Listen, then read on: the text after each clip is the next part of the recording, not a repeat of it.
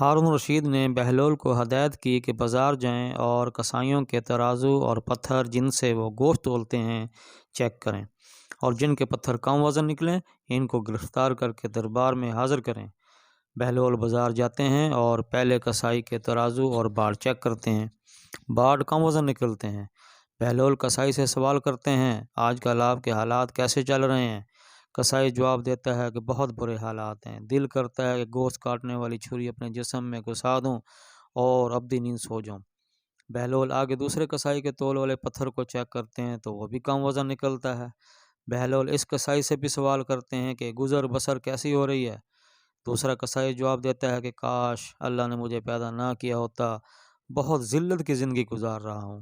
اس کے بعد بہلول تیسرے کسائی کے پاس جاتے ہیں تو اس کے باڑ درست نکلتے ہیں۔ بہلول سوال کرتے ہیں کہ گزر بسر کیسی ہو رہی ہے؟ کسائی جواب دیتا ہے کہ اللہ تعالیٰ کا بہت کرم ہے، بہت رحمت ہے، اولاد فرما بردار ہے اور رزق میں بہت برکت ہے۔ بہلول بادشاہ کو ساری رپورٹ پیش کرتے ہیں تو وہ سخت غصہ کرتے ہیں کہ آپ نے ان کو گرفتار کیوں نہیں کیا؟ بہلول جواب دیتے ہیں کہ اللہ کی طرف سے ان کو سزا مل رہی ہے۔ سچ ہے کہ انسان کو اپنے اعمال کی سزا اسی دنیا میں ہی ملنا شروع ہو جاتی ہے۔